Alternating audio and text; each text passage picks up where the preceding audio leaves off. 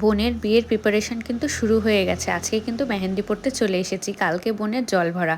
তাই আজকে আমার বান্ধবী স্নেহার কাছে মেহেন্দি পড়তে এসেছি। আর এতদিন পর বান্ধবীর সাথে দেখা হয়েছে। প্রচুর পেটে গল্প জমা আছে। সেগুলো গল্পও হচ্ছে, সাথে সাথে মেহেন্দি পড়াও হচ্ছে। দুটো হাতে মেহেন্দি পড়া কমপ্লিট হলে আজকে কিন্তু বোনের গিফটটাও আমরা কিনতে যাব। মানে আমি কিনতে যাব, তো সেটাও তোমাদের সাথে শেয়ার করবো যে বোনকে আমরা বিয়েতে গিফটে কী দিচ্ছি, মানে কি দিচ্ছি আর কি। আর মেহেন্দিটা পড়া কেমন হয়েছে কমেন্ট সেকশনে কিন্তু অবশ্যই জানিও। আরেকটা দুটো হাতে আমার মেহেন্দি পড়া অলমোস্ট কমপ্লিট হয়ে গেছে, আর 2-3 ঘন্টা লেগে গেছে। এখন আমরা গিফট কিনতে যাব, আর চলো গিফটটাও তোমাদের সাথে শেয়ার করব। এই যে আমার বোনের বিয়ের গিফট কিন্তু আমি নিয়ে চলে এসেছি। এটা আমি নেক্সট ডে তোমাদের সাথে শেয়ার করছি। সেদিনকার যেহেতু অনেকটা ভিড় ছিল আর রাত্রিও হয়ে গেছিলো, তাই তোমাদের সাথে শেয়ার করিনি। একটা পলা ব্রেসলেট কীরকম হয়েছে ডিজাইনটা অবশ্যই আমাকে কমেন্ট সেকশনে তোমরা জানিও।